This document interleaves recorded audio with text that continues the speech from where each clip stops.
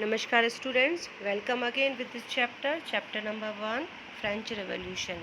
In previous lecture we have discussed about the outbreaks of the revolutions, how the state assembly was conducted by the King Louis XVI, how the dissatisfactions of the third state they walked out, and some philosophers we have discussed, the two main जो leaders, those who leadership the National Assembly was Mirabeau and Abesias. So let's continue this chapter. So we are starting this chapter from the page number 9, where we have left. ठीक है, page number 9. Fine. Uh, while the National Assembly was busy at the Versailles drafting a constitution, now the constitution was forming. National Assembly नाम रख दिया था State Assembly का, and वहाँ पर क्या draft हो रहा था? Constitution. The rest of France seized with the turmoil a serf winter had meant to a bad harvest. अब इसी बीच में जो दूसरी तरफ जो फ्रांस है वहाँ पर बहुत ज़्यादा टर्मोल होती, उथल फुथल हो रही थी. Several winter had mean bad harvest. अब यहाँ पे हमने पहले भी डिस्कस किया है जो हार्श विंटर की वजह से क्या हुआ था, जो बैड हार्वेस्टिंग, क्रॉप्स बहुत अच्छे से नहीं हो पाई थी. So the prices of bread rose. जो प्राइजेस, जो सारी चीज़ें एक साथ हो रही है फ्रांस में, जो प्राइजेस हैं वो बहुत ज़्यादा क्या हो गई, बढ़ गई.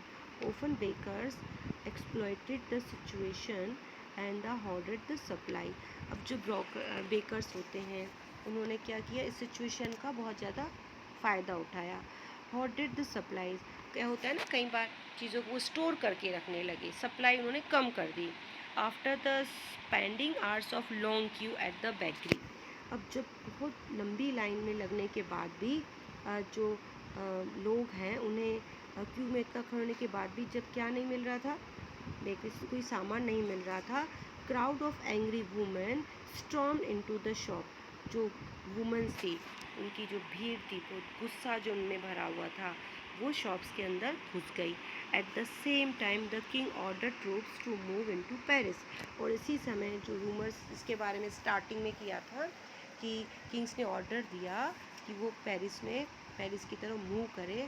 On 40 July the agitated crowd storm and destroy the Bastille. और इसी वजह से जो हमारा चैप्टर जहाँ से स्टार्ट हुआ था, जो एंग्री क्राउड थी जो बहुत ज़्यादा सफ़र कर रही थी, ये attack to the Bastille. In the countryside, now countryside means in village part. Fine.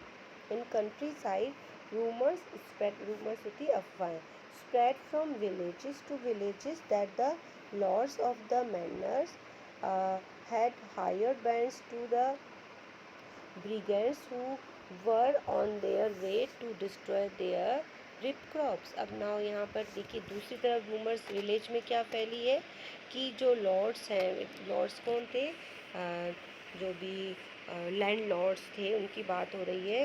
उन्होंने जो है वो उनकी जो क्रॉप्स को क्या कर देंगे, डिस्ट्रॉय कर देंगे. Caught the frenzy of fear peasants in several district seized hoes and the pitchforks and attack the chateaux. यहाँ पे इसका मतलब भी दे रखा है, देखिए यहाँ पे आपके वर्ड मीनिंग दे रखे हैं, है ना.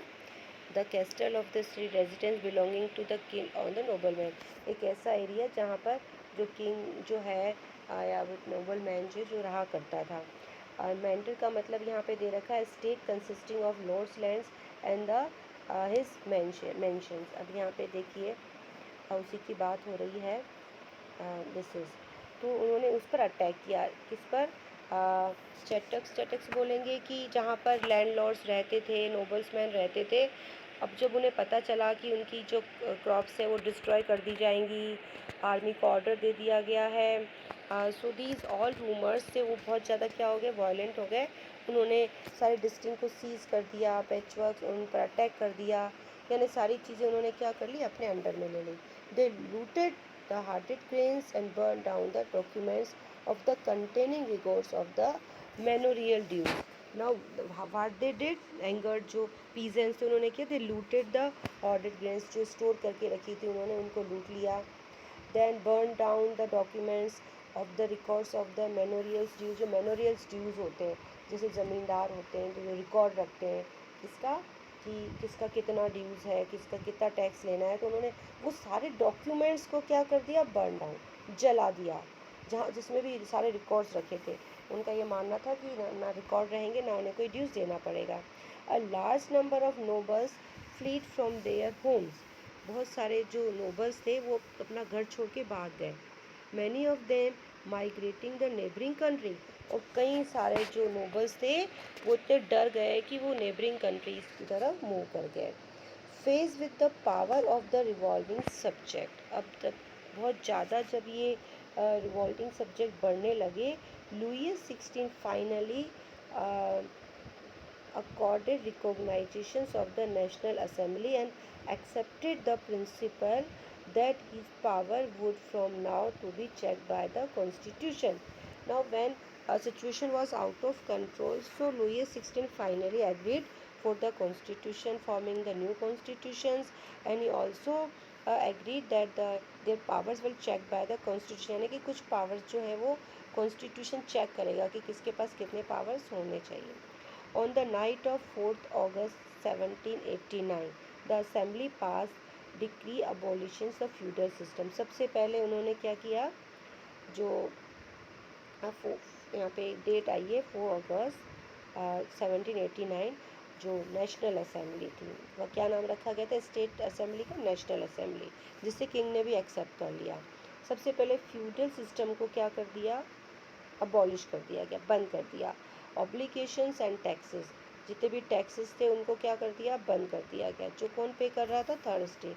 Member of the clergy to were force to give up their privileges, जितने भी प्रिविलेज यानी विशेष अधिकार मिले हुए थे क्लर्जीज को, उन्होंने अपने सारे पावर से गिव अप कर दिए। टिथ वर अबॉलिश, टिथ और टाइल जो टैक्स थे उससे क्या कर दिया गया, abolish. And land own by the church were confiscated, यानी कि उन्हें क्या कर दिया, सीमित कर दिया गया, जो भी लैंड थे किसके पास, चर्च के पास।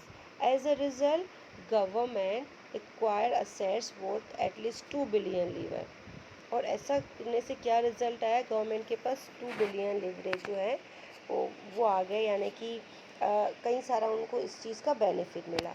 Now next topic is France become the constitutional monarchy. How the France become the constitutional monarch. The National Assembly completed the draft and the Constitution in 1791. Now look when was the French Revolution occur, 1789, and when was Constitution formed, 1791. 2 years duration. कितने साल लगे, 2 years to forming the Constitution. Its main object was limit to the power of the monarch. Main object क्या था, limitation of the power of the monarch.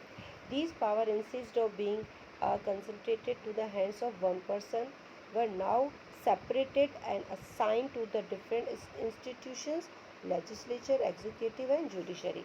जो powers पहले concentrated थे एक ही के हाथ में, now they were separated in the different institutions, legislatures, executives and judiciary. This made France as a constitutional monarchy, जिससे हमारा जो फ्रांस है उसमें नया फॉर्म आता है गवर्नमेंट का, कॉन्स्टिट्यूशनल मोनार्क। नाउ फिगर जो है आपका इसमें इससे हम इसको एक बार समझने की कोशिश करेंगे। लुक दिस फिगर, यहाँ देखिए जुडिशरी है ना, एक बार ध्यान से देखेंगे इसको। Judiciary, king, control, national assembly, electoral जो वोटिंग का पावर है। यहाँ पे देखिए दो चीज़ें आपको समझनी है। First is the active citizen, second is the passive citizen. What is the active citizens? Entitled to vote, जिनके पास वोटिंग का पावर्स था, about 4 millions of a population of the 28 millions. ये वो लोग थे थर्ड स्टेट के जिनके पास वोटिंग का पावर था। Passive citizens, no voting rights, about उनके पास कोई वोटिंग का राइट नहीं था। इसमें वुमेन्स इंक्लूड थी। पैसिव जो एक्टिव सिटीजन्स थे 25 ईयर्स के थे, 75 ईयर्स और उससे ऊपर वाले जिनके पास वोटिंग का पावर था, जो टैक्स पे करते थे, ठीक है। सेकंड था पैसिव सिटीजन, जिनके पास राइट टू वोट नहीं था। यहाँ देखिए जुडिशरी जो है, यहाँ पे किंग है, लेजिस्लेचर है और यहाँ पर इलेक्टोरल, यानी कि यहाँ पे जो पावर का डिविजन्स किया गया है बिल्कुल ही सेपरेटली। देखो मिनिस्टर्स भी है यहाँ पे, किंग। अब यहाँ पे किंग के पास पावर्स हैं, किंग ने के पावर्स किसके थ्रू हो रहे हैं, नेशनल असेंबली। नेशनल असेंबली को पावर्स किसने मिल रहे हैं, इलेक्टोरल, यानी कि जो उन्हें वोट दे रहे हैं। यानी कुछ पावर्स किंग के पास है, कुछ पावर्स मिनिस्टर्स के पास है। बट यहाँ पे पावर डिवीज़न हुआ है, ये आपको चीज़ें समझनी है। तो इसको कंप्लीट करते हैं हम लोग। The constitution of 1791। अब यहाँ पे जो कॉन्स्टिट्यूशन फॉर्म हुआ है ना, कौन सा constitution, constitutional monarchy system. 1791 wasted the power to make law in the national assembly. बहुत सारे पावर्स आ गए नेशनल असेंबली के पास कि वो क्या बना सकती थी, different different law. Which was indirectly elected, जो क्या थे, इनडायरेक्टली इलेक्टेड थे। That is citizens voted for group for the electoral who is turn choose to the assembly, not all citizen. लेकिन वोटिंग का पावर तो था, लेकिन सभी सिटीजन्स के पास नहीं था। अभी हमने एक्टिव सिटीजन्स, पैसिव सिटीजन्स की बात की। However, had to right to vote. Only men about 25 years of age who paid tax equal to at least 3 days of the labor of the wage. ऐसा person जो tax pay करता था 3 labours की veg के बराबर, उसको किस में लिया गया, एक्टिव सिटीजन में। That is they entitles to the vote, उनके पास वोटिंग का पावर था। The remaining mens and all womens were class as a passive citizens, और बाकी सबको किस में लिया गया, पैसिव सिटीजन्स में, उनके पास राइट टू वोट नहीं था। To quality as and the electoral and then as a members of the assembly a man had to belonging to the highest bracket of the tax payer. जिसको भी right to vote चाहिए था वो किसका part था, जो tax pay करता था। Now there is some images, यहाँ देखिए कुछ फेरीज हैं, इन इमेजेस को आप ध्यान से देखेंगे। यहाँ पर उनकी कुछ चीज़ें भी दे रखी है। Constitution being with the declaration of right to of man and citizen, जो कॉन्स्टिट्यूशन बनाया गया जिसमें सबके राइट्स बताए गए, सिटीजन्स के rights such as the right to life, freedom of speech, freedom of opinion, equality before law was established as a natural and the ये लिखा हुआ है इधर यहाँ पे, inalienable rights, that is they belong to the each human being by birth, could not be taken away. It was the duty of state to protect each citizen's natural right. अब यहाँ पे देखिए कॉन्स्टिट्यूशन बनाया गया है, इसमें सब main जो राइट्स है इसको आपको याद रखना है, इनको आप अंडरलाइन कर सकते हैं। Right to life, freedom speech, freedom of opinion, ये राइट्स जो हैं ह्यूमन बींग को बाय बर्थ मिलने चाहिए ना, ये राइट्स सबके पास होने चाहिए। और जो स्टेट है उसकी ये ड्यूटी है कि वो सिटीजन्स के इन सारे नेचुरल राइट्स को क्या करे, प्रोटेक्ट करे। इनको क्या कहा गया, नेचुरल राइट्स। यहाँ पे कुछ और भी इमेजेस हैं। नाउ यहाँ पे कुछ सिंबल्स दे रखे हैं, इनको हम पढ़ेंगे, ठीक है। These are the broken chain. Broken chain was representing the were use to the fetter slaves. Broken chain stand for act of becoming free. ये किसको रिप्रेजेंट कर रही है कि वो गुलामी से आज़ाद हो गए हैं। इसके बाद यहाँ पर एक और है, bundle of the roots and the fasces. One rods can be easily broken but not a entire bundle, strength lies in the unity. अब ये बंडल जो है वो किसको रिप्रेजेंट कर, यूनाइटी को, कि एक जो स्टिक है उसे कोई भी तोड़ सकता है, लेकिन बंडल जब यूनाइटेड हो जाते हैं तो उसको तोड़ना मुश्किल है। दूसरा देखिए यहाँ पे आइज़ का एक दे रखा है diagram, the eyes with in a triangle riding lights. अब यहाँ पे जो ये ट्राइंगल शेप में एक आई है जो किसको रिप्रेजेंट कर रही है, the all seeing eyes stand for knowledge. अब यहाँ पर ये नॉलेज को रिप्रेजेंट कर रही है। The rays of the sun which drive away clouds of the ignorance, ठीक है। यानी कि सभी को इस चीज़ के बारे में पता होना चाहिए, नॉलेज जो भी है फ्रीडम की, इक्वालिटी की, सबको पता होनी चाहिए।